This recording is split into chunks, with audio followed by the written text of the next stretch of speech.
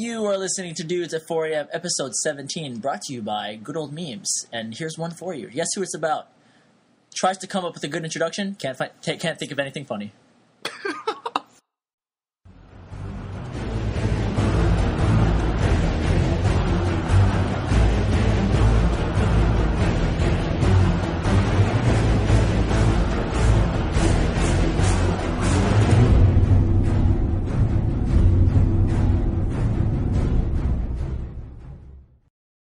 All right, welcome back, everyone.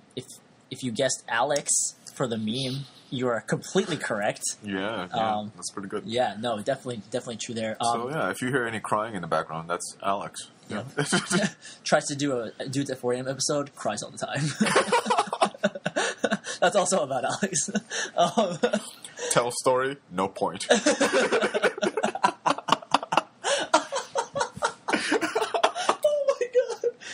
Uncalled for, but it was so funny. Okay, so we've just been. I don't even remember how it started now, but we've been just going memes about Alex all night, and we can't stop. Once again, I'm Erin. I'm Brian, and that's just a clue in for what we're gonna do today. Yo, that's scary. That's pretty right, good. right, Yeah, right? that's pretty creepy. I've been trying to nail it for a long time. I'm the victim. Where is she? Where's Alex? Where's Alex? But if you haven't guessed, that's us talking. We're going to talk about The Dark Knight Rises, but mainly because we got fan mail.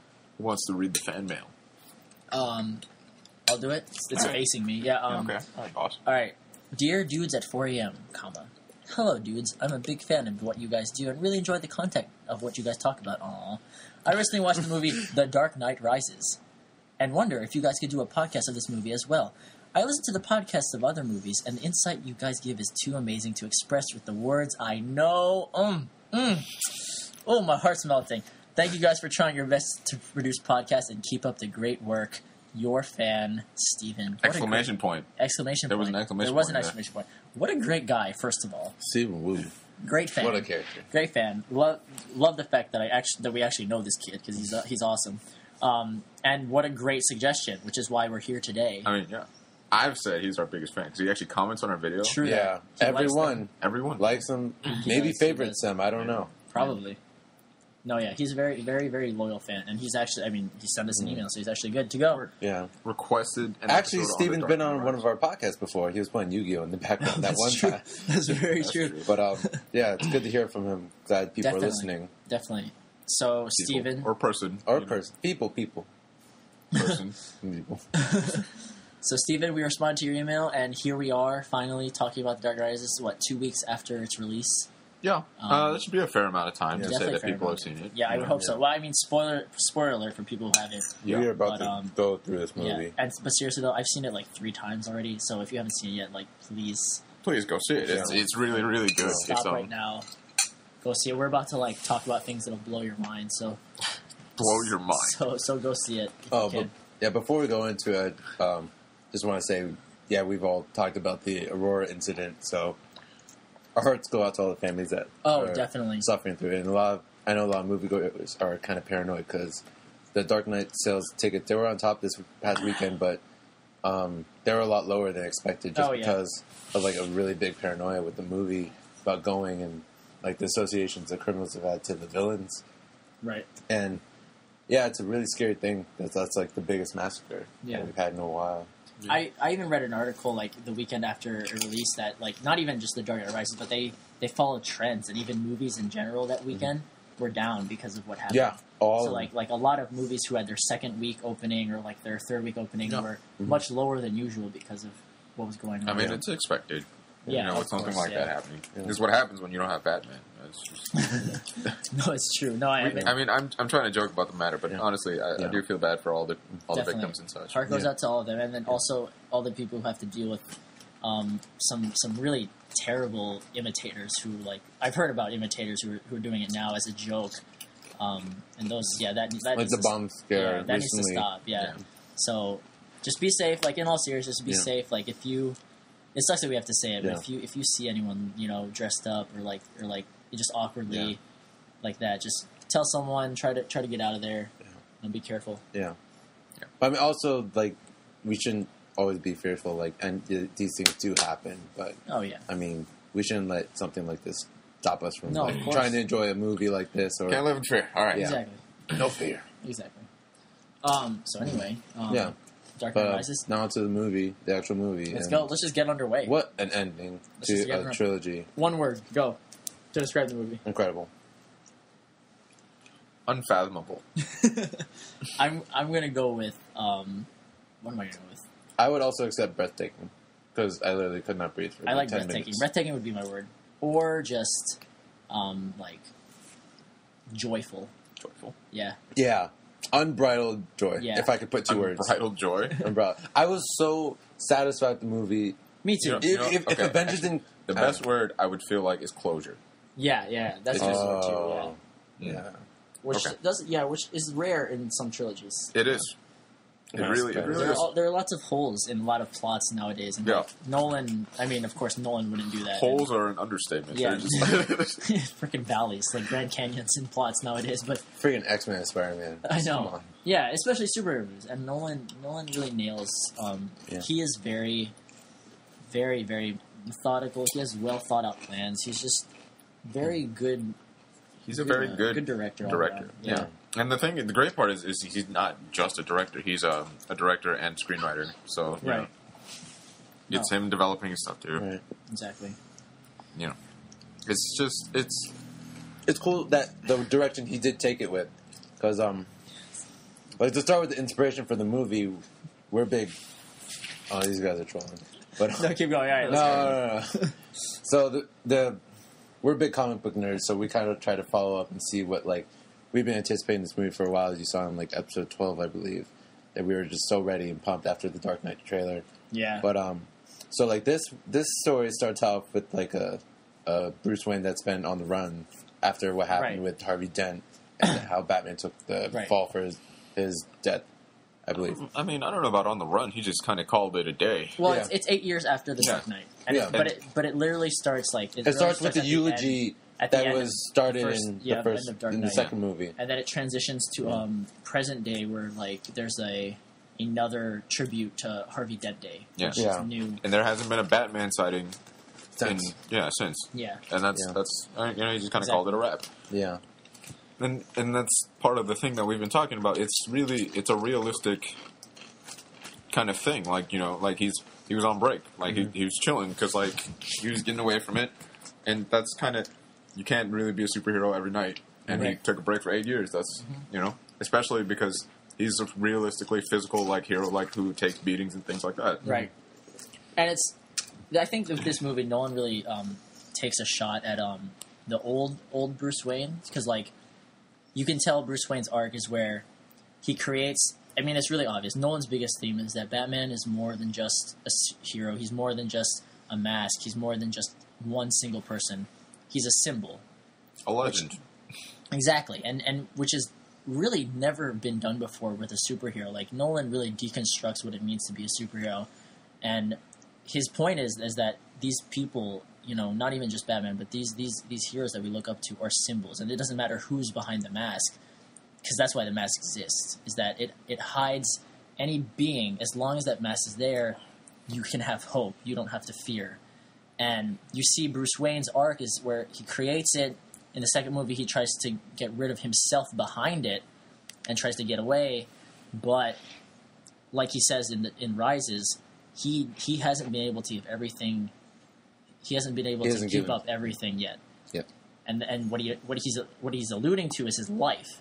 And so he finally has to come back and make his last stand as Batman before he's able to give it away. And I think that arc is really brilliant, and you see it play out and of course this time in this movie the villain is Bane, and that's what finally draws Bruce Wayne back out, because no one else can stop him. Yeah. A credit to Nolan for tying in an old Frank Miller comic, The Dark Knight Returns, which puts it kind of the same way, but a lot older, a 50-year-old Bruce Wayne coming back and trying to do the old thing, and this follows it pretty well. So I think Nolan captures a comic book theme that like people know from like old generations and new, And then he ties in with a real universe that, like, yeah, like, he's an old guy, and he can be defeated, and he's not without fault. Oh, of course not. So Nolan kind of, like, takes a step away from, like, superhero movies where they just, like, everyone's just, like, indestructible and, like, flies on zip lines at each other. And, like, you see Bruce Wayne getting a beating. No music, no special effects, just a brutal beating. And so, like, I think that's good that Nolan keeps it kind of real. Because, like, yeah, you could believe that Bruce Wayne did get old. He was kind of cocky and trying to think he can get back, and he didn't. Like, there was a real, like, human mindset, like, human difference in lapse in time, which was easy to follow when Nolan pushed it. I mean, considering that Dark Knight, the original Dark Knight took place within, like, a few days, and Dark Knight Rises over a few years. Yeah, it's at least a few months, like several months. Yeah, well, like the last part is 6 months. It's like 5 or 6 months. Yeah. The way he did Bane is very interesting. Yeah, because Bane, like we talked about it a few podcasts ago when we were talking about the Dark Knight Rises and how excited we were. Because Bane is not the most realistic villain in the Batman universe, not at all. But in the Nolanverse, he's just a really, really jacked guy. Like, yeah, and he's just a really smart, like, muscular, and he's just, like, very methodical. Which is Bane. He's a smart guy, but, like, he's just not outrageously like beef with whatchamacallit? Venom, yeah. Right. Because in the comics, he's one of the main superheroes who just gets, like, he's, like, actually has powers that stop other superheroes, not just Batman. Yeah. Like, Bane becomes a real threat when he's all pumped up, and he just goes in. And he's famously known for breaking Batman's back in the comics. Yeah. That's where he was introduced, mainly. And so, we don't get the juiced up version, but we get, like, a strong guy who actually built himself. Yep. And that's what keeps it real within the Nolan-verse. I mean, I think it's just, like, with Bane in general, I think Nolan has proven that, like, when he makes villains, like, they are flawless. Like, Scarecrow and Ra's al Ghul were so perfect, especially the actors that play them. Joker, of course, was flawless. Harvey Dent was, like, flawless. Two-Face was flawless. Like, and Bane and Talia, like, Bane especially, I absolutely loved him. When they were first announced, when Bane was first announced, and so was Catwoman, like, everyone was really worried because, like, we all know the story behind these characters, you know, like Catwoman is always risky, and Bane is like one way just beat him up, but he's also expected to be juiced and crazy, and we didn't expect this this like very. I mean, it's that, but it's also in Batman Forever. I want to say whatever used Bane earlier, he was just a minion. Yeah, it was really sad to see him. And it was a really bad incarnation of Bane. And it's true. But I think this one is genius. I absolutely love everything about him. I know a lot of people complain about his voice, but I thought it was perfect. I think it was good. I liked it. I thought it really served his character. Yeah, I think they edited it between the preview trailer and the IMAX trailer, and then they changed it for the. It's more understandable. Like, you definitely have to pay attention, I feel, and like. But that's the point, though. You do have to pay attention because this bulky guy, you just expect him to pound away at people. Like, I would compare him to, like, Doomsday, because, like, Doomsday kind of just, like, beats Superman. Yeah. For just, like, to beat him and just, like, get at him. Bane, when you see Bane in this movie, physically that's his job, but, like, he has a mind behind it, and so, like, when you hear his voice, you have to kind of pay attention because he is doing things that go beyond past his, like, bulky appearance. His lines are so, like, clever and, like, dark. His lines, like make you laugh, but in a very evil way. And what I love, it's not even just that. What I love about what Nolan does with Bane and this character, and Tom Hardy, is that Bane is driven by emotion and, like, basic human emotion and desires. Like, he is so grounded in this movie. Like, you expect, because a lot of my friends, like, I've talked to them, they're like, oh, like, I didn't like his voice, like, I expected him to have a really, like, deep and, like, menacing voice. Well, that's the point. That's why he doesn't have a deep and menacing voice, because Nolan was trying to say that this character is not just some one-dimensional, like, hey, like, I'm just buff dude who's gonna talk really deep and, you know, beat people up. He's got a distorted voice because he was beat up, and not only that, but he's driven by, like, love, you know, and he even cries in the movie, which blew my mind. Yeah. because like then you start to really care about this villain, just like you cared about the Joker and Two-Face, just like you cared about Scarecrow and Ra's al Ghul, you know. But you know they're wrong. Exactly. That's the way Nolan done it. He's like made these characters dimensional. Like, right, exactly. If we went down the list with everyone, Ra's al Ghul, Scarecrow, we all got a beginning and an end to the character. Even Catwoman, if you consider her a villain almost in this movie, she's just like so on the fence there. Like almost anti-hero, but you know, just switching sides. Like they all had that dimension, and albeit this movie is a little bit longer than the other two movies, but the character development they established to make you care was incredible. Mm-hmm. I totally agree. Also, speaking of character development, Alfred. I was fucking good Alfred stunned by Alfred. Good Alfred moments. Again, though, like if we're talking comic adaptation, we were watching the midnight premiere together. I almost jumped out of my seat when Bane lifted Batman up and broke his back. That scene, because once we knew it was Bane, everyone was like, "Oh, is he going to break Batman's back like in the comics, like in Nightfall? Is he going to actually kill him?" But man, when we saw it was coming, when he has that first fight, and he keeps even saying his lines are like, I'm gonna break you, like I'm gonna break you first. It's like, oh my god, and then he lifts him up, and then boom, I was about to that whole fight just stunned me. It was intense, and the Catwoman betrayal too. It was all really intense. It's just because if in the animated movie Justice League Doom, he's got that line where he's like, I broke the bat, but I didn't break the human, and he's like, now I'm going to break the man. Break the man, yeah. Right. And he's like, now I'm going to break the man. It's just, it was the same idea. Like, he's like, I'm going to fuck you up as Batman, and then I'm going to fuck you up as Bruce Wayne, and I'm going to call it a rap on Gotham after that. Bane is very deep. Like, his drive was very clear. He wasn't just like some random dude trying to like his purpose wreak havoc. His purpose was very, very clear, and it related to Ra's al Ghul. It related to the first movie. It related to like everything that happened in this trilogy. It's just crazy how much they developed with Bane in such a short amount of time. It's just Nolan gave a look to DC villains that they don't normally have in the comics. I feel like because you do occasionally feel bad for the DC comic villains, but the DC comic villains are generally just very evil. Like they just are. Like Lex Luthor is just greedy. Yeah. Joker, in one supposed situation where he in one backstory he says it's very sad to think about how he became the Joker. The Red Hood story. Yeah, The thing is that okay, so Scarecrow and then Harvey Dent's got a sad story, but like it's not that stuff doesn't. Scarecrow's not really a sad story. In the comic books or in the animated story or in the animated series, just things like that doesn't exist. Yeah, you just don't feel for them. It's just good and bad. I don't know. Harvey Dent's origin, albeit sad in the animated series. Yeah. And I mean, as universal rule basically in DC comics. But think about less sympathy for the DC villains. Right. Basically. The way Nolan did it in the movies is he made Harvey Dent's story tied to Rachel. That's genius, you know. Like that itself is genius because then we care that much more about Harvey Dent. And we're talking about a character that he created. Exactly. Yeah, Rachel. Because he made us care about Rachel first, and now tying them two together makes Harvey Dent that much more important of a character. Mm-hmm. And it's the same thing here. Like Bane is Talia. Bane goes back to Batman Begins, you know, and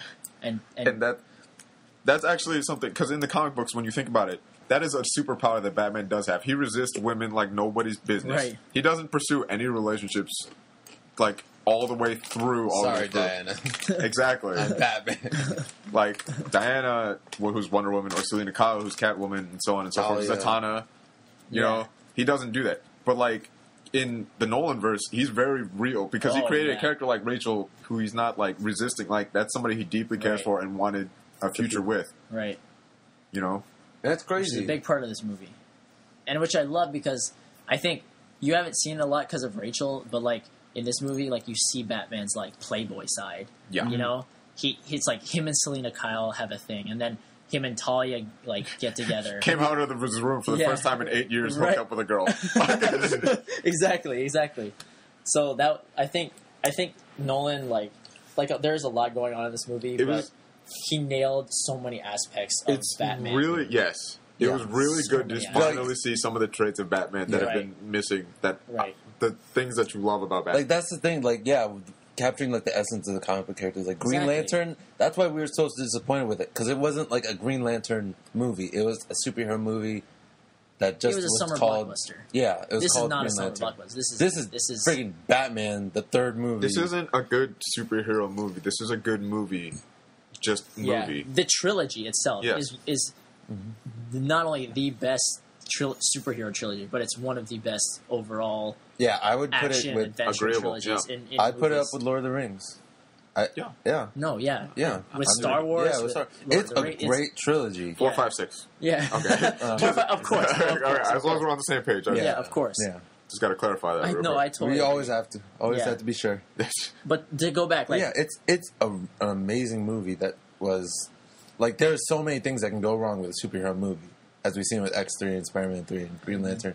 There are so many things that can go bad in a movie. especially a trilogy. Yeah, Yeah. But the way Christopher Nolan statured this and his like subset of movies where he kind of like themed it the same way with Inception and The Prestige. Yeah, It's just like his vision is impeccable. Actually, also, when you think about it, it's generally movies that come after another movie that is really good where they fail. And it's always the expectation that always dooms a lot of movies. That's true. And after something like The Dark Knight, where everybody's like, Heath Ledger died, there's no way you're going to be able to recreate that kind of emotion because the real actor died. Right. And you can't recreate that emotion. But to say that takes away from The Dark Knight Rises is foolish. No, I agree. because It was such a good... there were no words to come out of Batman with just Other than a smile just on my face. awe. I mean, like, that it's just... No one could have seen what was going to happen in that movie. Even all the predictions, it was just... I'm gonna put this in the most, like, simple... I never felt bad for Spider-Man when I was watching The Amazing Spider-Man. I feel bad for Spider-Man now because it was in between The Avengers and The Dark Knight Rises. That's true. Agreed. No, agreed. Agreed. I feel like this was like... It's very much shadowed. Yeah. Yeah. This movie, I'm still on a Batman high. Yeah, I'm about to go watch this. I was on the Avengers high for so long. Yeah. And, like, you remember it because, like, I told you... You were like, nothing's going to be better than Avengers. You said that. No, yeah, I was like, this is better than any other superhero movie I've seen. And I was like, Now- I saw it, and I called Erin, and I was like, dude, like, we talked about it for like an hour, and we're like, okay, when you come back, we're going to talk about it for more. And we did. And we did. And that's exactly the same way I feel about The Dark Knight Rises. I can't say I pick one over the other, personally. It's really Oh, of tough. course We'd not. have to watch them like 5 times in a row. Because they're so different. Like, we talked about it. They're different. They're just too different. They're That's so just different, DC and Marvel. but they're so good for so many of the same Yeah. reasons. Yeah, It's fantastic. definitely. I think, and to go back to Batman aspects. So, like, you mentioned Alfred, and I think the Alfred moments in this movie are Alfred- exactly what I wanted. Yes. like He's funny. He cries. He's really- He's sad. He's like he cares. He's the he's- family. He's the original yeah. family. He's I kind of wish he care would for say, Bruce Wayne. yeah, it's just, you think about it, because I saw a picture and it shows Alfred, or what's the name of the actor, Michael Caine, yeah. And he's just like, getting real tired of your shit, Mr. Wayne. It's just like, that's perfect. Like, That's perfect because I remember in the it's the first best movie. way to say it. Yeah, because in the first movie, I recently rewatched Batman Begins, and like every time Batman's just like when he's messing up, he's like, "You're not giving up faith in me, are you?" Right. Alfred's like, "Never, Right. never." And like that's what hits so hard. Yeah. It hits home so hard when Alfred is just has to give up on him Yeah. when Bruce lets him go. It's so, like, I tell you what, though, like, it's kind of sad, but it's so awesome that, like, Alfred is better than, like, Alfred is a more interesting character than the DC comic, like, B Squad. It's true. That's true. It's actually true. I care more about Alfred I than very much agree with that. half of the Teen Titans. He is so deep, and Nolan proves it. And I think his arc, Alfred's arc too, is really cool. It's like, so in Batman Begins, he has to risk and trust like his basically his adopted son to do like this crazy stunt, you know. Yeah. And in the second movie, he's like watching everyone. He's like, okay, I accept that you're doing this. Just be careful. Like, just think about it. You poke the beast. And now, like 8 years later, It's Alfred's just had enough, and he tries and tries again. Like, don't do it, and he finally has to break his heart to try to stop him, but it doesn't work. And that's why I think the ending, as cheesy as people might, and as lame as people might think, I think amazing. the ending Yeah. is brilliant. Yeah, because you don't expect that from Batman, right? Not only as Okay. a single movie, All right, you're gonna go first, but then I'm gonna break this down. No, seriously, you're good. Okay. No, I was just gonna say, like, not only is it a single movie, like, it rounds it off because at the beginning, Alfred talks about wanting to see Bruce Wayne move on with his life, and in the end, he does. So not only is it as a single movie, Nolan completes that, but as an arc, like a trilogy in general, like the ending is brilliant because Alfred has been there the whole time, and for him to get his due, just like Bruce Wayne does, and just like Selena Kyle does, like that's why this is the most perfect trilogy ending we could have gotten because closure. Yeah, the closure exactly because every all the characters that were there since the beginning have their sense of like satisfaction. Yeah. Like even that's why we're so sad. I care for Lucius, man. Like at the end of Dark Knight Rises, everything was broken. You will always care for whoever Morgan Freeman plays. Just say. True, though. Darn. Darn God. Okay. But while we're on the subject of the ending, here's the thing: because in Batman Begins, you see the unwavering faith of Alfred, right? And then like we were talking about that development. Erin was talking about that development, and then you feel like you think that he gives up on him in Rises, right? So you get that feeling that he gives up on Batman, he gives up on Bruce Wayne because he wants that, whatever. But if you think about it, if he thought Bruce Wayne was dead, why would he even be at that cafe at the end? Right. Because he always said he would look for him at that cafe. So he never really, truly gave up on Batman / Bruce Wayne. And that's fucking amazing. That was brilliant. That is Alfred to its finest. Alfred. That's why I love that scene. I don't think a lot of people understand that. Like, that's representative that Alfred was really always there. Exactly. Because, like, honestly, I expect them at one point maybe just like come in on something like the Bat Cycle or whatever. Just like come in a second Bat Cycle. But like I always expected Alfred somehow to come back. I was gonna, actually, for a quick second, I thought he was gonna pull a Coulson. Yeah, right. That would have been legit. I don't know what this does. Yeah, but that's like you were talking about, like how all the aspects of Batman are shown, and like one of the other aspects we talked about was like that Batman always has a contingency plan. Yes, that he can always get out. Yes, and that's why the ending is brilliant because Alfred knows that, and that's why I cried when he was crying at the end, at his grave, and like that's so raw. But then you see the next scene, and like Alfred is still there at the cafe, and it's like, but it's because he knows him best. He knows Bruce Wayne. Yeah. He knows Batman. Like he raised Batman. Exactly. Yeah. And just like Batman created a symbol so that Gotham couldn't lose hope, he did that for Alfred too. Yeah. So that Alfred would never lose hope. That's why he keeps going back. That's why he finally sees him at the end. Yeah. It's also because like Alfred gets to be Batman for Batman. Yeah. Do you know what I'm saying? No, yeah, exactly. That's a good point. And it's just like his source of it's and Bruce Wayne has a line in this movie where he's talking to John Blake, Robin. Right? Yeah. He says like, so Robin asks him, so why'd you wear the mask? Which talks about the theme in general. But then Bruce Wayne's answer is, well, to protect the people I care about. And he's like, oh well, your parents died. And then Bruce Wayne says, but there are always people that you care about. And I love that because he wasn't talking about Rachel. Well, he was, but Rachel's gone now. Yeah. He was talking about Alfred. Yep. And Lucius, but like Alfred more. Alfred especially. Alfred. And that was so touching. And I think that scene was around the time Alfred left him. It was it was around the same time. It was a little bit after. Yeah. It's like like Bruce Wayne is feeling, and he's going in deep. Yeah. Alfred is funny as fuck too. Like he really is. He really is a funny character. Yeah. Michael Caine plays him so well. He did really a good job. So well. One of the best incarnations of Alfred ever. No, I agree. Yeah, if he had a mustache, if Michael Caine had a mustache like an Alfred mustache, I would have. I would have been the most dope thing. But like, because like, I know we talked about it before, but in Justice League Doom, you know that scene where if you guys have seen the movie, but if there's a scene where Batman comes back to the Batcave and he's injured, and Alfred's like, "I made you some soup." So you can have your soup and a side of brooding or something if you'd like, and it's just like, it's just so like witty, yeah, like so witty. Yeah, like in this one, what's one of the funny ones? He's like, Bruce Wayne's trying that like leg brace, and Alfred's like, "Would you like? Does it hurt, sir?" And Bruce like, "Well, yeah. Would you like to try?" Like, good one line. When Selena Kyle steals his car, he's just like, "It's okay, sir." Oh, so he's getting back on the horse. Oh yeah, and then Bruce he's like, "Yeah, you need a little charm to get back or something." Yeah, that was good. Alfred is fantastic. Yeah, we're just huge fans. Like we're talking on the way of picking up Erin back, but just like the character in the universe Batman is established does like so much for DC. Yeah. I agree. Like versus Marvel where we have a bunch of heroes that do interact with each other on an almost equal basis of like showtime. Because like you think Marvel and you think a whole legion of heroes and X-Men and crazy, and then actually DC, DC is Detective Comics. Who's the main detective?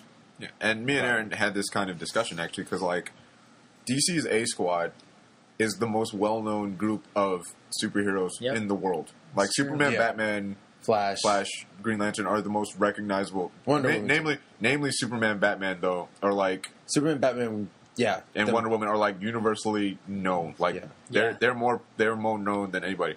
But the B Squad of DC Comics isn't even equivalent to Marvel's like C Squad. No, like it really isn't because the Marvel universe is so like expansive and interactive with each other. It's equal. Like they do. Like Spider-Man interacts with Fantastic Four, with Avengers, with X-Men, with everyone else. Those are all like they have A teams, and all the A teams work together. Yeah.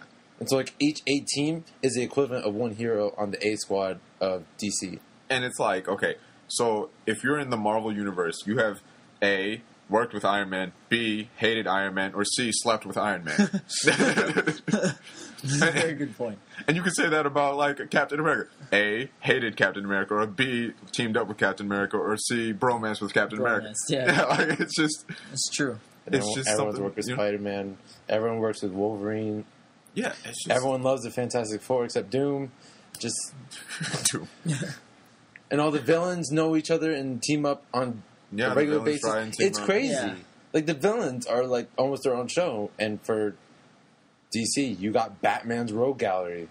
Well, that's why. And then Luthor. That's why this is brilliant. Because like a few Superman villains. Yeah, because like Batman's villains are legit the best villains. Around. Like I was going to argue before for Spider-Man's villains, but.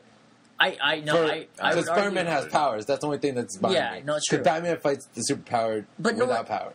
And Nolan proves it that his villains can be real people and real things, and like that's what makes it more like compelling. Is that these characters are legit based on reality. Yeah, and that's why this whole trilogy is so brilliant because like Nolan picks out the ones that fit perfectly, not only for the story he wanted to tell, but for the realism that he wanted to portray in what this whole superhero thing is about. Like making a real superhero movie. Yeah. It's just the villains, what they're like ideals, and they're like Scarecrow's crazy.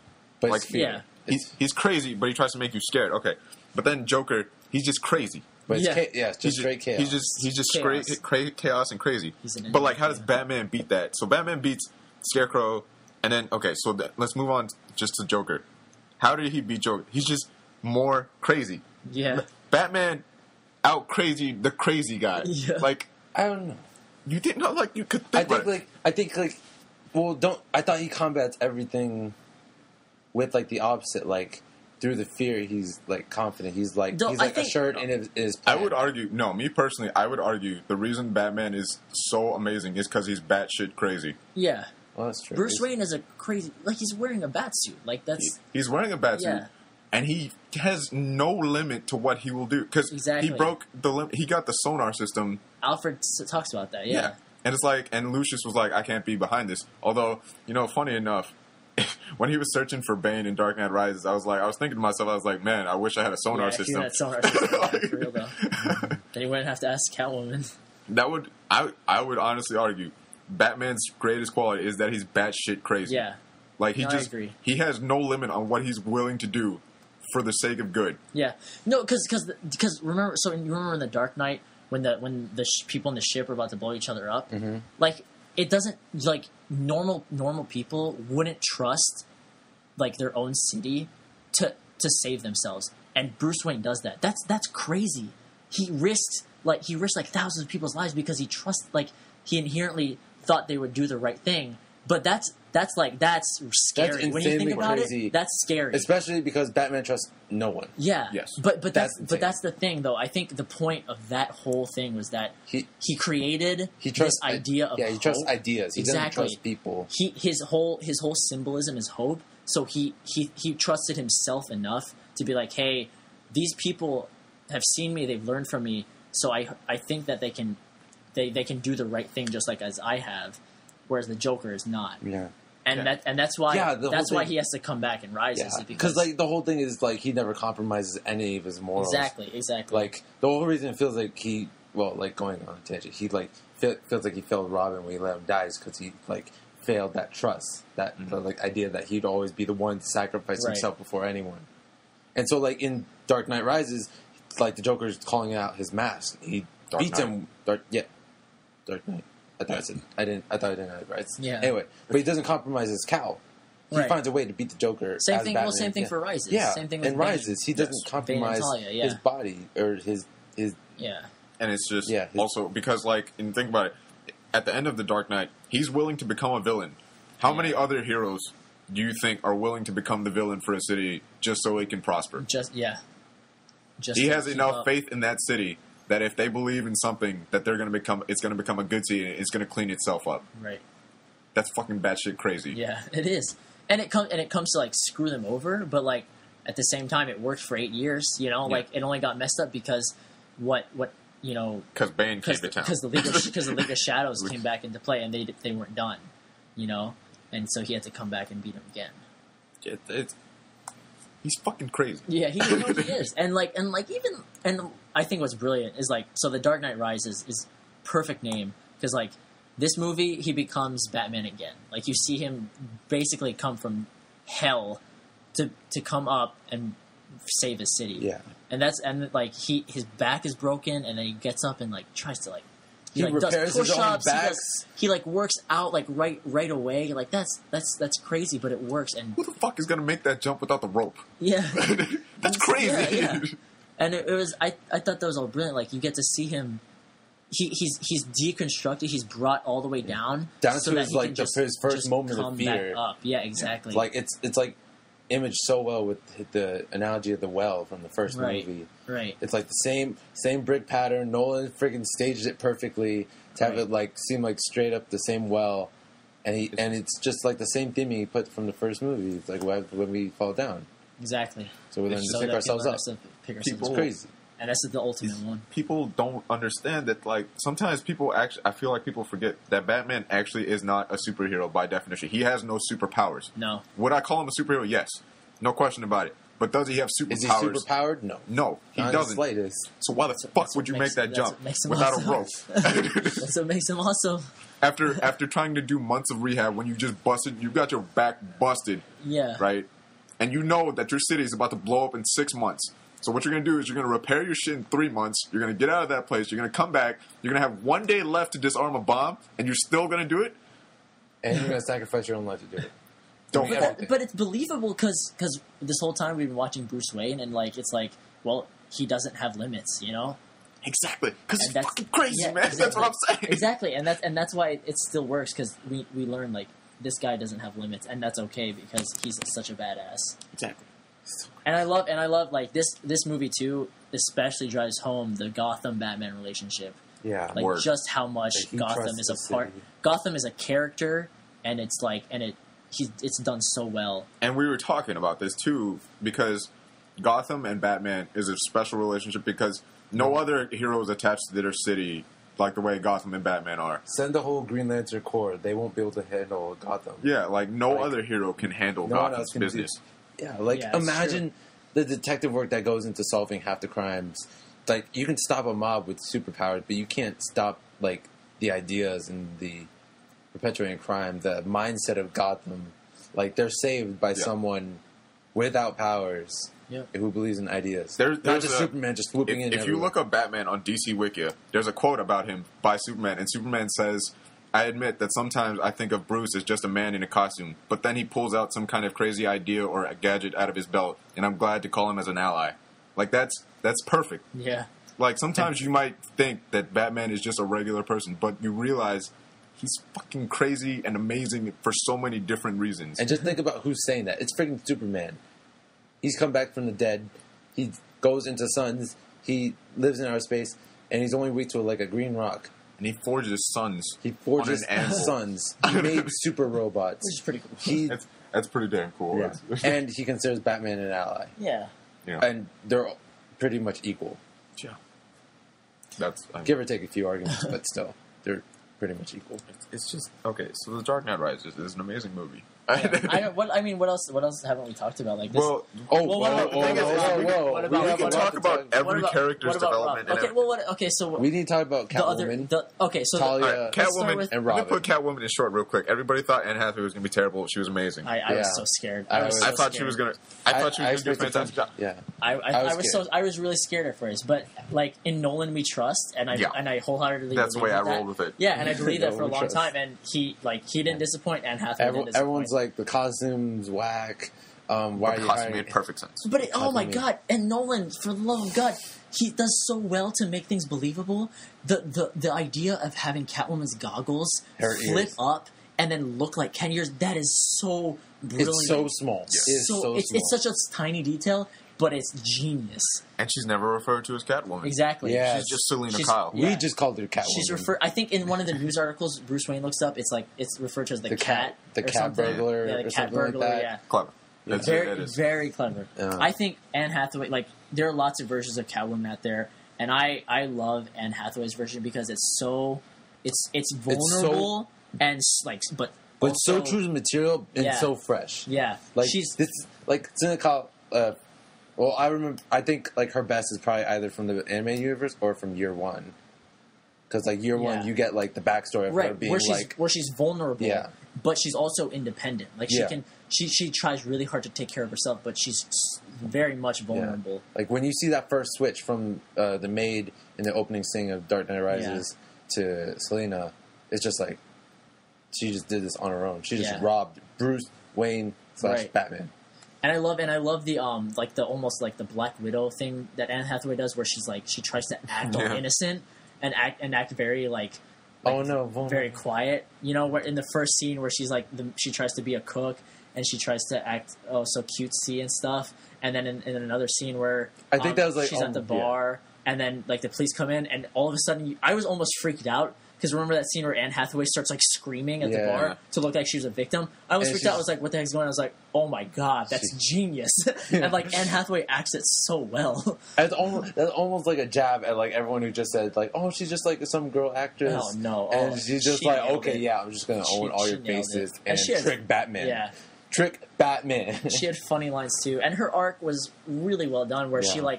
she wanted to get away, she wanted to escape, and she fell for this guy who just would stop at nothing. She asked him to come with her at the end, Yeah. and then you see her; she's about to leave, but she turns around, saves Batman. That's crazy. Finally believes in something good and something bigger than herself.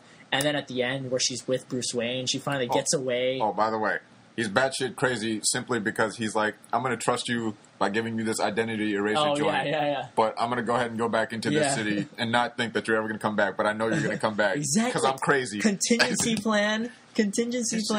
He knew, and that's what I love. It's believable because Bruce Wayne reads people so well, especially villains like that. He reads people so well, and that's why he trusts her with that shit, and knows she's going to come back.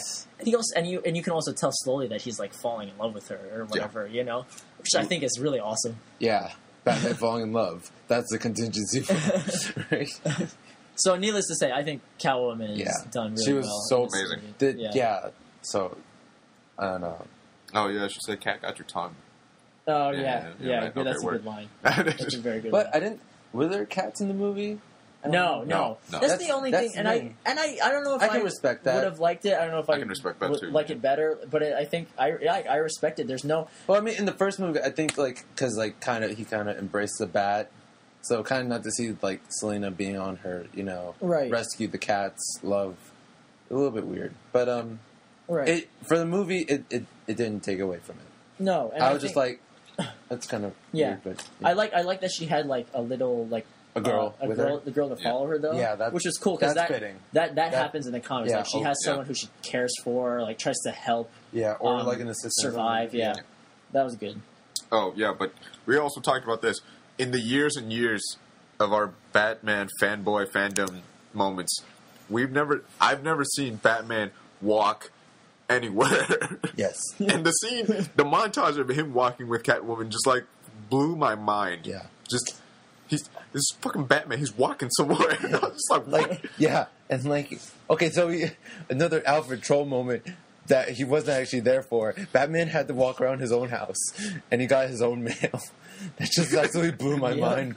It's like, where's your butler? Oh, I don't know. That was fantastic. Oh, yeah, that was. Yeah. And the scene where the city's erupting on the last day, and then Bane walks up to the middle, and then Batman just shows up out of the middle, and they just start fighting. I was like, what? Why did Batman just walk up? Why didn't he just jump on him? Batman's always in the fight. Also, okay, yeah. See, okay, so he could have fought Bane with a bunch of gadgets and other crazy stuff. You know it because he has the ability to. He could have used the bat. He could have used the tumbler. He could have used the bat. Cycle. He has a jet. He had things available to him. He could land a jet on Bane. He decides to walk up there to his face and punch him in the face. The guy who broke your back. And tell me this man's not crazy. Please. That's an important part about Batman. I absolutely love that too. Yeah. But he's fucking crazy. Yeah, he is. He really is. But just think about how Batman first, he's a detective, so sometimes he does lose the first battle. Like when he what was it with Scarecrow when he first got hit up with the gas. He got hit with the gas. So and with Joker, I think he didn't really lose the fight, but Rachel got thrown out of the building. Well, he got outbeat. He got outsmarted a couple times. Yeah, she also. So with fear, he has to fight fear with fear and spray the gas on Scarecrow to make him fearful. With Joker, he has to be all crazy and wait, what did he do? He trusted the city to. He trusted the city to use the sonar, things like that. Yeah. And with Bane, he fought muscle to muscle, man to man, just went right up to him and pulled out his mouth things. Yeah. That was intense. That's crazy that Batman just... Which actually, in and of itself, is a reference to the comics. Because generally how he beats Bane is he cuts the tubes to the venom, but there's no venom, but the tubes are... But he does punch his mask off, basically. Which they describe will make him weaker because he feels That's his support, yeah. And it's crazy. That's what Batman does. Just the Big Bird. With and so many times I've seen in I think Superman Batman crossovers is just they could be fighting someone, or in Justice League episodes, they have Justice League and they're struggling, and Superman just comes in and just blows crap up and just lights up everything. It's like, Superman, why aren't you just using your heat vision? It just wrecks face. You could literally burn someone to the ground, or burn their shoes off, or something. I don't know. Just do something that's so overpowered. And Batman just straight up fights you with the same thing you're using to hurt people, and it's just crazy. It doesn't matter what you do. Batman's better at it. Yeah. So what about Robin? Oh, Robin. So what about Robin? Or do you want to do Talia's? Let's do Talia quick. Yeah. So she came with the plot twist. Yeah. I didn't see it coming. I thought it was fantastic. It was really well done. It made sense. I knew. I didn't see how they're going to switch up the story. I've said this before. Once we saw that he cast Marion Cotillard and Joseph Gordon-Levitt as characters in the movie, I was like, those are important people. I was like, boom, she's Talia. Boom, he's going to be the next Batman. I figured he was going to be Robin. Let me tell you why he's a clever bastard, this Nolan guy, though, right? Let me tell you why he's a clever fellow. Because Batman Begins, there's Scarecrow, and there's Ra's al Ghul. So he's got the two villain thing. There's Dark Knight, he's got the Joker, and he's got Harvey Dent, Two-Face. So Dark Knight Rises comes out.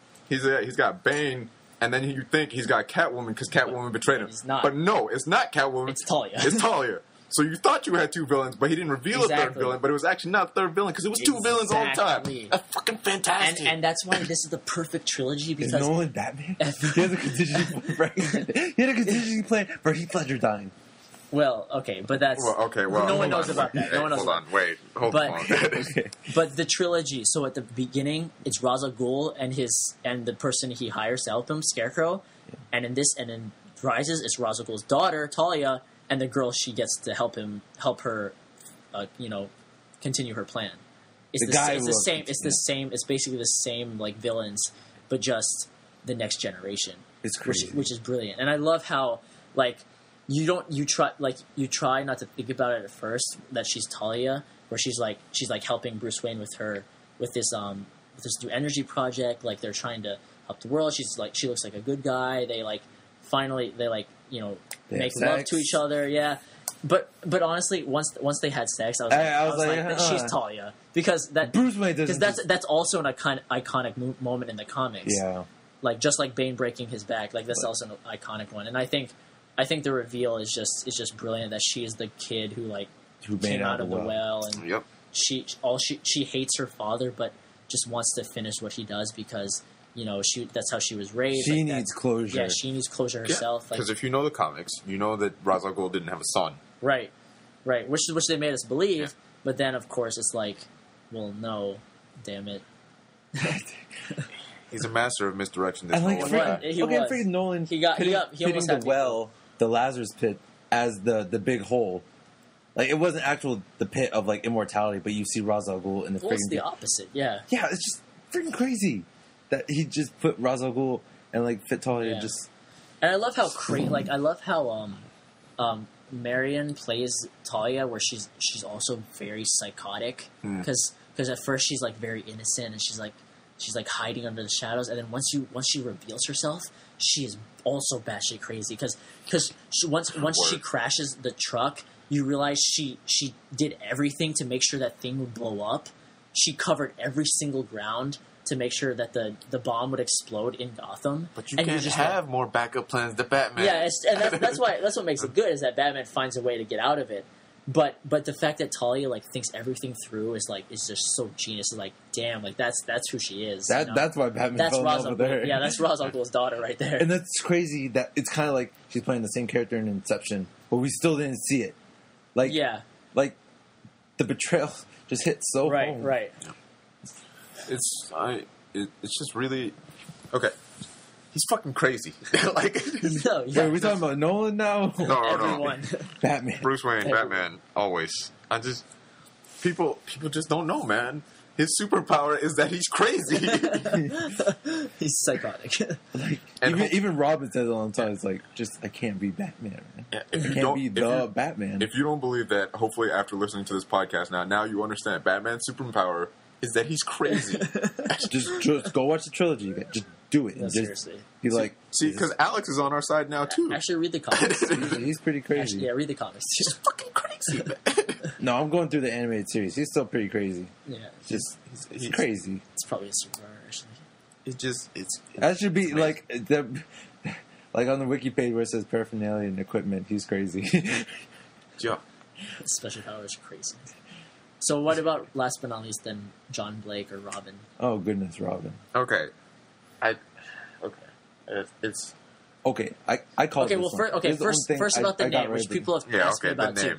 I think what my explanation was that I think it's brilliant because Nolan never wanted to do Robin, and he's brilliant for not doing so, because his whole idea was that he was going to make Batman a symbol, and that it wasn't about giving Batman a sidekick. It was about giving Batman an eternal being, giving him a successor, someone who could take the mask, because that's what all was about, which is a symbol. Yeah, so keeping a Batman alive. Yeah. So the point is, I think it's brilliant that his name is actually Robin or John Blake, because you can't name him Dick Grayson, you can't name him Jason Todd, you can't give him an actual name from the comics that plays Robin, because then you just associate with everything, exactly. That even if it was Dick Grayson backwards, everyone would know. Right, that completely goes against what Nolan was trying to do.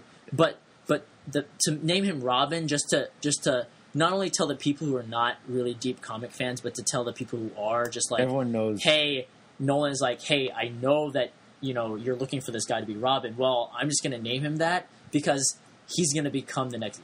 My point is, he's becoming the next Batman. Okay. I thought it was perfect. It was everything Nolan should have done. And I respect that. I do. Okay, go ahead. No, and I think, and then the last scene where he's rising. That was brilliant. Rising, and then he gets close. coordinates. He gets coordinates from Bruce Wayne that Bruce Wayne leaves for him, and he's rising into the Batcave and about to see all the technology, the computers, and the suit.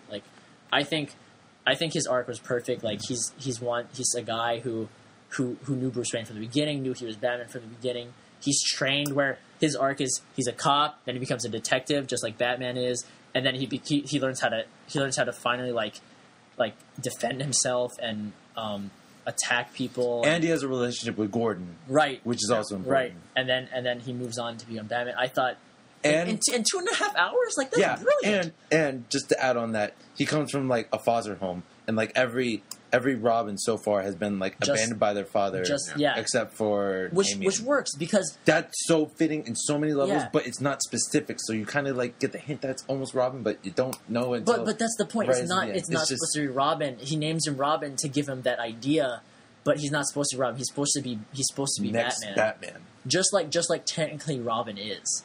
But the reason in comics Robin stays Robin, Batman stays Batman is because in comics these characters don't never die. You know, Bruce Wayne is immortal. Yeah. But in everyone's immortal. What gives Nolan an advantage is that he can quote unquote kill these characters. Yes. And move them on.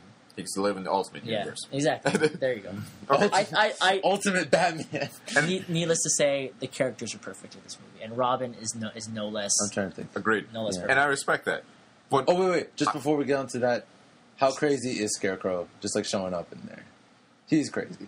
Yeah, I'm glad he came in all three movies. Okay, anyway, by exile. Okay, awesome. enough trolling. Go, Brian. The thing is, like, I like that he's named Robin, and I understand that he's a symbol and everything, but like, for people who read the comics, they know that Dick Grayson has been Batman before, right?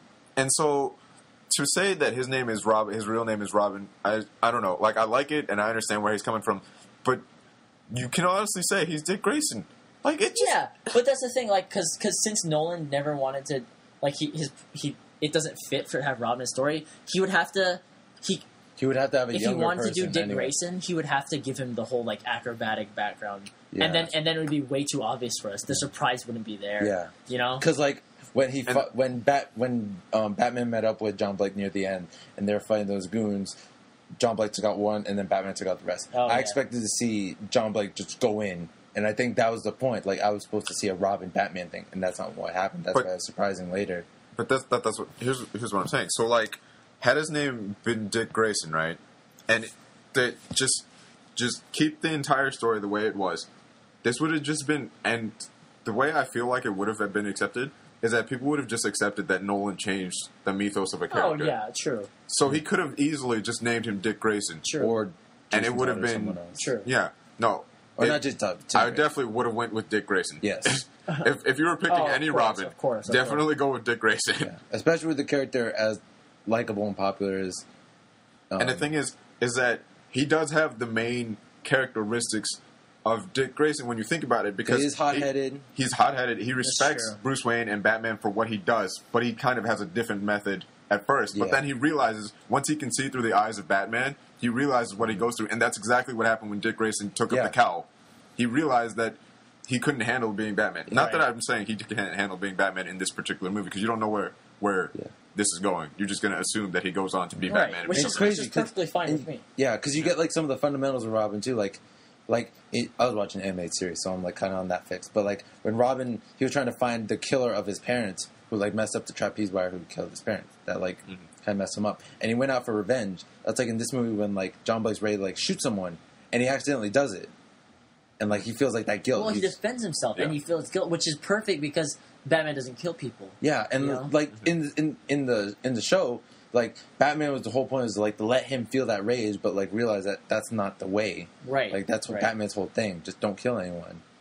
Right. Like no guns. That's the rule. And that's when, like, he kind of raises his army and stuff. Right. And this is what I'm saying. Because I respect that he names him Robin.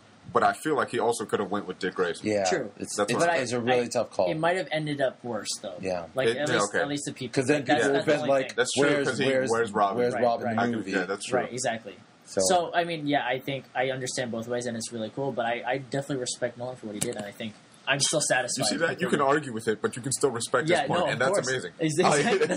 That's why Nolan's a genius. It's crazy. And I'm still satisfied no matter what. Absolutely. At the end, you know? It's fantastic. It's just... And, like, we're just talking about character. And yeah, we can't talk about... We didn't talk about it. Let's go on. We haven't actually even specifically talked about Batman. We talked about characters in relation to Batman. Yeah. But Bruce Wayne, Batman, Christian Bale... Where is she? Yeah. Where's the trigger? Where is that? Where is that? But like we got a lot more Bruce Wayne development than we did in Rises. I mean the original Dark Knight. This isn't a car. It's just and you know at some point we don't have to because Christian Bale has never been questioned and like Nolan's portrayal of he's Bruce Wayne a good Batman. We don't have. There's no reason. Like I mean there's funny things about to me. this is why when Christian Bale was interviewed after rapping on Dark Knight Rises, he's like, okay, I know I said I would only do 3 movies, but if it's Christopher Nolan again, I'd be okay doing a 4th movie. Right. Yeah. Like, he's willing to come back. Get Chris and Chris. Because Chris they're and Chris. that Let's go. good together. That's And amazing. Christian Bale is like that good. Like, He's legit. I finally, now that it's all said and done, it's like, wow, I can't believe that just existed in my lifetime. Yeah. he is the number 2 Bruce Wayne Batman in my book because I'm always going to say Kevin Conroy. Kevin Conroy. Oh, that's fair. That's fair. Yeah. But if I'm thinking like live action actors, live action, okay. it's Christian Bale all the way. For real. But for then Michael the Keaton. And then no, fair enough. Yeah, I and George Clooney ruining everything. Darn nipples. Oh god. No, I had to remind myself during this movie that Christian Bale is an actor and not Bruce Wayne. Just like I had to remind myself that I'm just like, Heath Ledger he's an not American Joker. Psycho? What? Yeah. Batman's an American Psycho. Robert Downey Jr. is not same, like it's amazing that Nolan especially is just flawless when it comes to choosing people to who he act wants for to play you know? for what reasons. Yeah.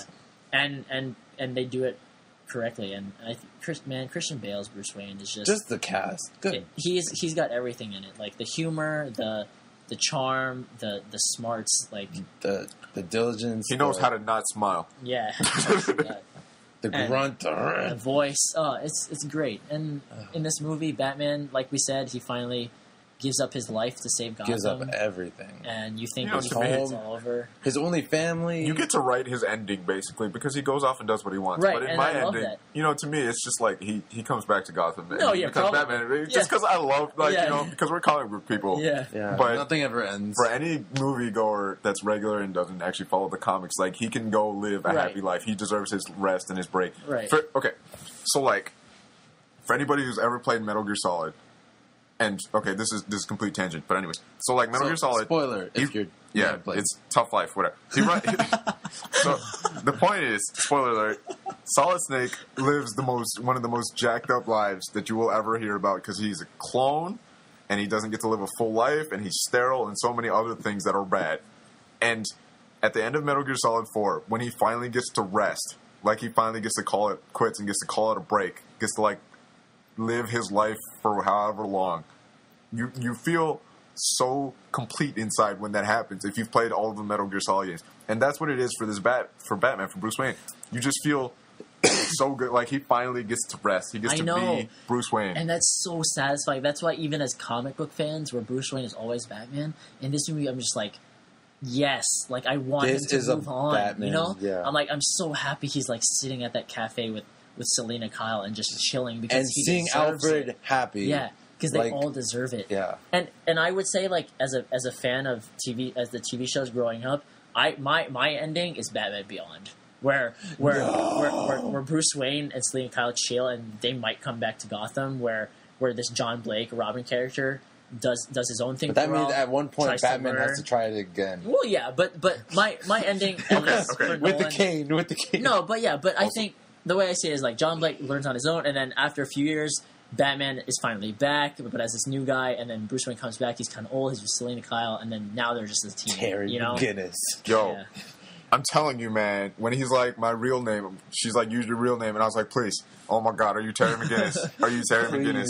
Please. And then when we talked about it afterwards, you guys were like, whoa, man, if he was Terry McGinnis. It could have very well been. And that would have worked too, but it's still. I was like, Batman had gray hair. This could have happened. Because that's. He was in a cane. If you go if he had gone Terry McGinnis, then there would be, whoever decides to pick up that story gets complete freedom. Yes. No, that's true. That's they would able to make it more super, because like, it's just crazy. It is like Batman Beyond's villains are just like so supernaturally crazy. Because Batman Beyond is animated universe. Yeah.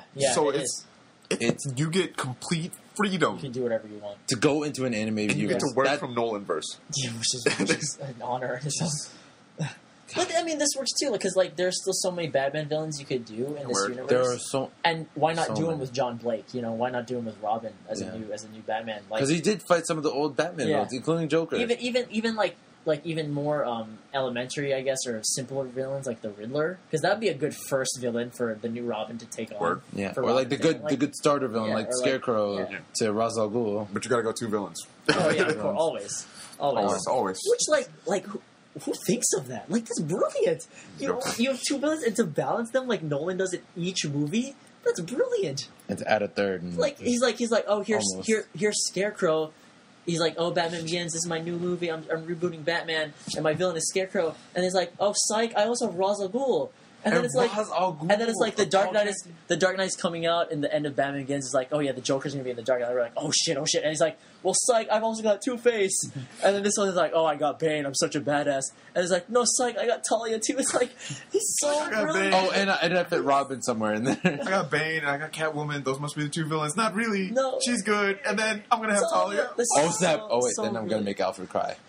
Oh man, Nolan. I don't even know what to say anymore. Like this whole trilogy. Like, Batman, we love Batman as a character. The whole universe. It's amazing. Yeah. To see something on film that's so satisfying, like the so Avengers, got brought Avengers, to life. Yeah. This was the best superhero trilogy I've ever seen. So happy. Yeah. Like the Marvel universe, the Marvel Cinematic Universe. Not a trilogy, but it's a pretty amazing, expansive movie. To a really good focal point in the Avengers. Yes.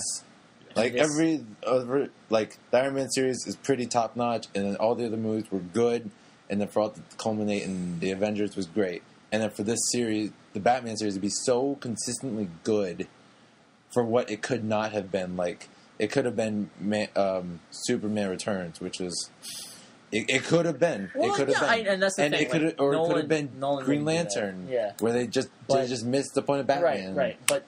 But oh my god, this kid Nolan comes out of nowhere. He has like he does like two awesome movies before Batman Begins, and he comes out of nowhere and just blows that out of the park. Like it was to make an incredible movie and then put an incredible character behind it. Legit, is what we a needed. real it was challenge. What I need as a fan for years, like for my entire life. It was what I needed. Like if this is the last summer blockbuster we ever see, according to the Mayans. Oh, dog, I'm good. I'm Avengers, all right. Batman, or Dark Knight Rises. It's just Spider-Man 3 was I avenged. could watch those movies for the rest of the year. I could. No, I could. I seriously could. And Spider-Man 3 was avenged. I think we could say a trilogy. Yeah, they make an trilogy. Sidebar. I know it's sidebar. Like what? Which is cool because they're going to cover everything in The Hobbit. But which it definitely means that they're going to bring back all the characters from Lord of the Rings, but they're just probably the past or some kind of backstory. Because Peter Jackson is talking about like there are unknown things that only like he knows because he talked to Tolkien or something. And I'm Get like, out! That's outrageous. They're gonna like put the whole mythos of the whole Middle Earth. Well, no, but the Silmarillion, the newest book that they can't make a movie of, but they can take from. The Silmarillion is all about origin stories. The book, and so Peter Jackson can sort of take from that without. I think he can do it. Yeah, without like violating any copyright. Unless they bought the license for it. Which I think no. The Tolkien estate still has it, which they can't take from them yet. I mean, I'm excited to see the Hobbit. Yeah, me too. But like anyway, for this summer blockbuster, like imagine like how we were around episode 12, episode 13, where we were just anticipating Avengers, then Spider-Man, then Batman 3.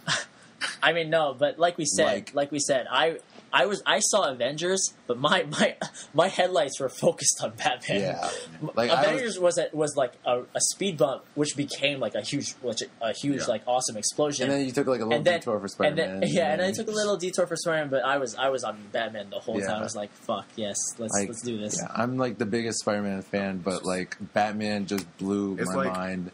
Okay, it was like Avengers, don't disappoint me, and then you watch it, and then it's like, holy motherfucking shit, man! Like it was so much fun. Yeah, it's just it's funny, it's clever. There's a story, you love the characters, and there's so much letdown that there could have been, and there wasn't. And the expectations could have been, and it was amazing, right?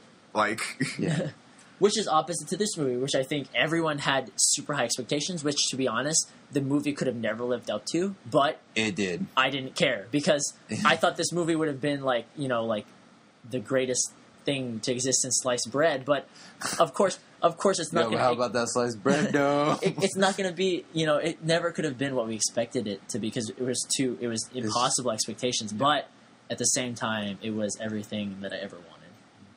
And then Spider-Man avenged Spider-Man 3. Satisfying. Exactly. There you go. I read an article recently where just to reiterate how awesome this movie is.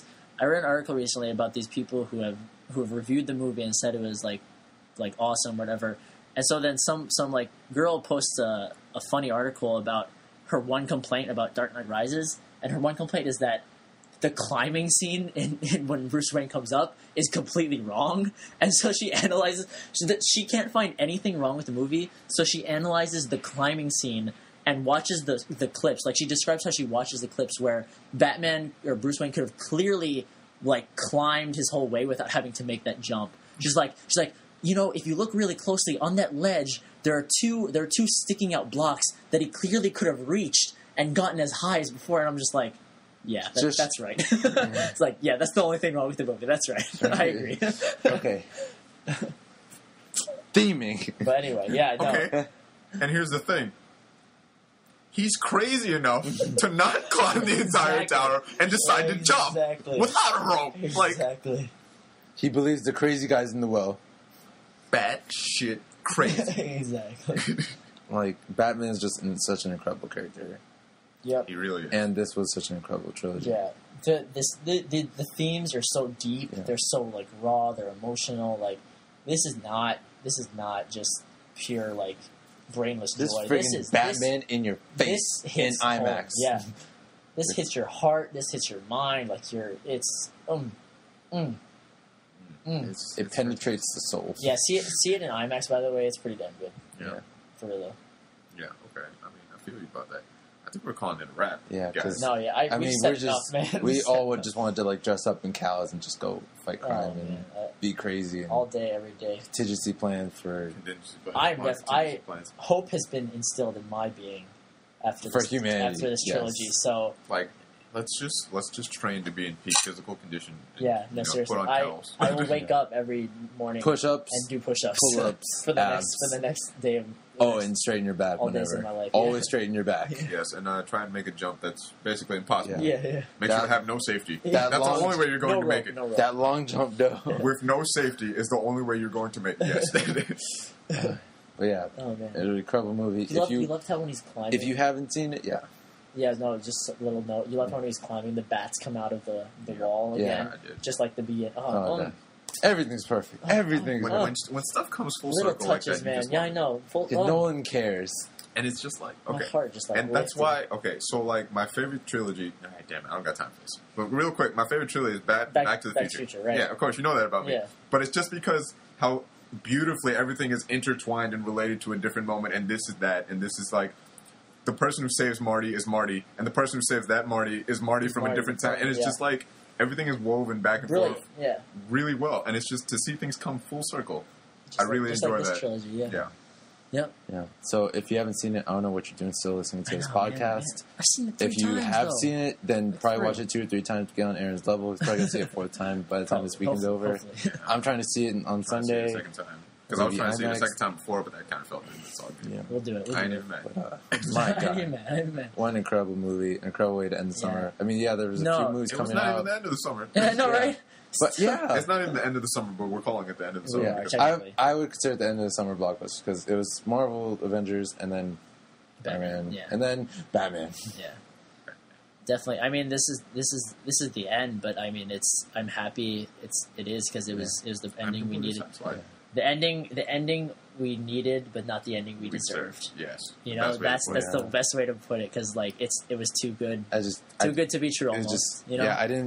I couldn't believe I watched that movie. I woke up the next day. It's like, what just happened? Right. That was a wacky Thursday. If he wants to end it on a 3rd movie, which he does, which is completely fine with me, I accept that. Happy. Should he decide to make a 4th movie, I'm there. I'm down. Midnight. Day 1 again. Day 1. Day 0. Let the countdown begin for when the movie comes out. Right. So for now, at least the Batman cinematic universe is put to a close. We have Man of Steel coming up next year. Yeah. We have a lot of different expectations for next summer, but next summer. So I mean, this was a great way to end, and now we have a very real weird beginning to a new launch of series. Iron Man 3 Guardians is first of the Galaxy. Next year. Is Guardians of the Galaxy next year too? No, that's 2014. Okay. And Iron Man 3 and Thor 2 are next year, but Iron Man 3 is May. Like it Thor always is. Like October, early May. October, November. And then we have Superman coming out in July, June, July, something like that. And then whatever else comes out, maybe from Disney or something. Yeah. I mean, you know. But I mean, and then we have James Bond, I guess, in November. oh Which is always a good that'll movie. be good. Always a good That'll movie. be good. I mean, Always a I've good never time. seen them, but Yeah, always a good time with the. I've never seen. Needless to say, movies are We good. got good movies coming out. Hopefully, Man of Steel is good. Nolan's got his fingers on Man of Steel. He's listed, producing. He's listed as a producer. So I'm sure he's letting Zack Snyder do this summer. yeah, which is good. I the really two hope. major blockbusters this movie. I'm a fan of the Man of Steel costume, though. Me too. I respect it. I respect the actor too. I'm a fan of Henry Cavill. Yeah. I'm a fan of Zack Snyder for the most part. Yeah, but we'll see. We'll have to see because I'm excited. we can't get too excited because like Batman, we're legitimately excited for a good cause. I'm Avengers, honestly, I'm probably gonna be thinking about Batman until Iron Man 3 comes out. I'm just gonna think about Batman like well for too. real, you know, like for real. I mean, you And know, that's a like good I thing. was. We watched Avengers, and I was like, or I watched Avengers, and I was like, okay, that's it. Waiting for Batman. Yeah, exactly. It's like your move, Bruce Wayne. Yeah. Like, and it's like I know you're gonna step up, and I know you're gonna be right there with them. Yep. But, you know, I'm still And excited. he did, yeah. It's like I'm sorry, Spidey, but you know, you're only coming out with your first movie in a reboot, which I'm not very interested in. It's okay. It's okay. It's okay. It was good. No, it was good though. It was a good sandwich. It was good. It's delicious. No, it's the appetizer. It's like having two. It wasn't even the sandwich. It wasn't. Aaron. It's like an upside down sandwich because you have like that's what I was going to say. Right. Why did we put the bread in the middle? Yeah, that's what happened. We put the had filler. we had some great like cheese and meat on the bottom and top, and in the middle is bread. Yeah, Which is okay because bread is necessary. It was toasted and bread. it's delicious if it's toasted, which it was. It was toasted. It was But- not toasted. It was toasted. I know You were it's straight toasted. white bread.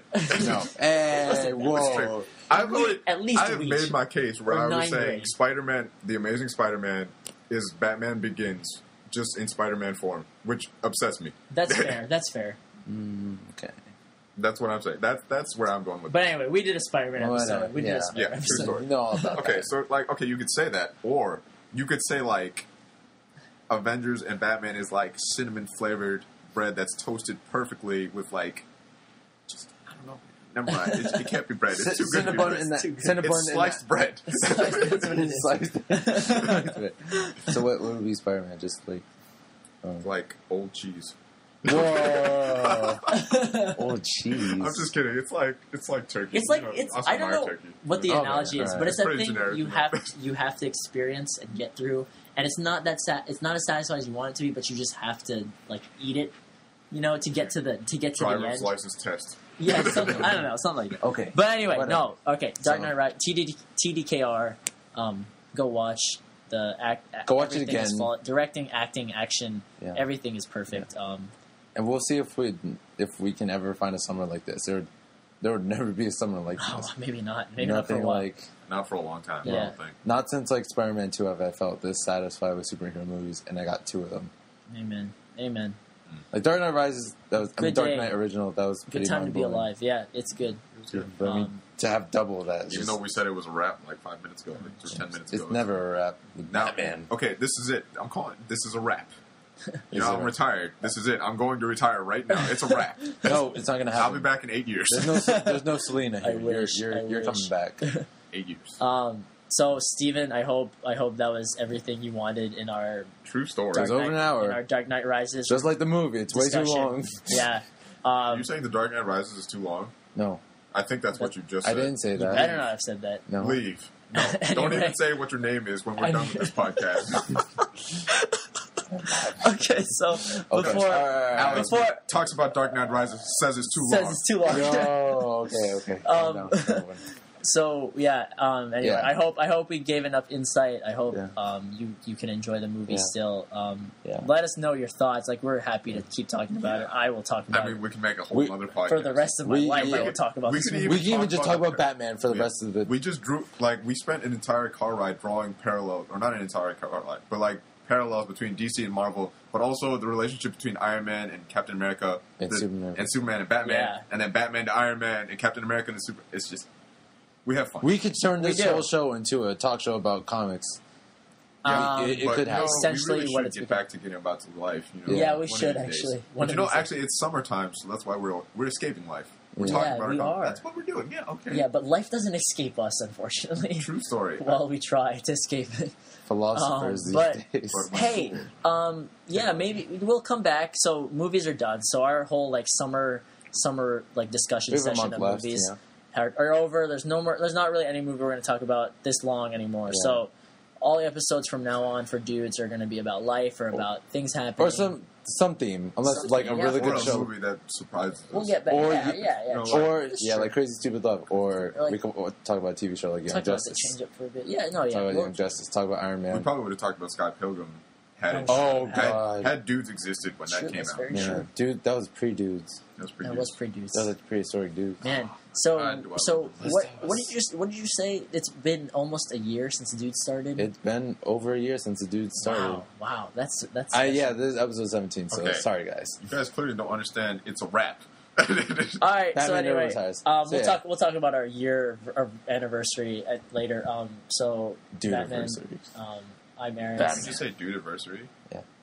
You said The Dark Knight Rises is too long. Now you said dude anniversary. Can we coin that term though? Dude anniversary. Yo, he likes it. Can we like own that? No, I didn't say I like it. I just said can we own it so that if we have to use it later, it's in our pocket. Okay, that's respectable. You know what I'm saying? Yeah. Well, anyway, okay. Thank So you. I'm Erin. No, I'm Batman. I'm Brian, guys. Thanks for sticking around. Yep. We'll see you around. Peace. See you. Where's the stop button? Where is it? Where is it? Where is it? That's pretty good.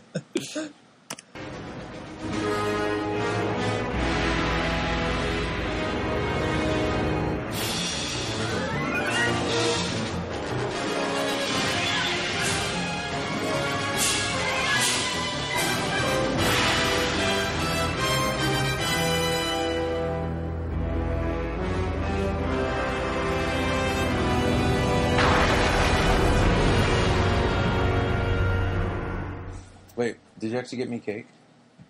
Wait, do you want some? You got 2 plates. Yeah, because I thought I was going to pull a move on Brian, but obviously it didn't work. Kind of bum ass people to get cake for them. Doesn't get cake himself. No. Asks for cake, doesn't get cake himself. No. He offered cake. Expects to be moved on, but has girlfriend. Like what the heck? Are we just gonna let's just talk in meme form all day? I hate you both. Oh man, that's too good. Make Alex the most hated person in the world. Saw Dark Knight Rises, hated it. Yo, okay, if you're gonna make memes, which I'm still on the fence about, don't make them lies. Don't make them lies. Oh, that's awesome. Hated. Says make memes, but don't make them dramatic. Not possible.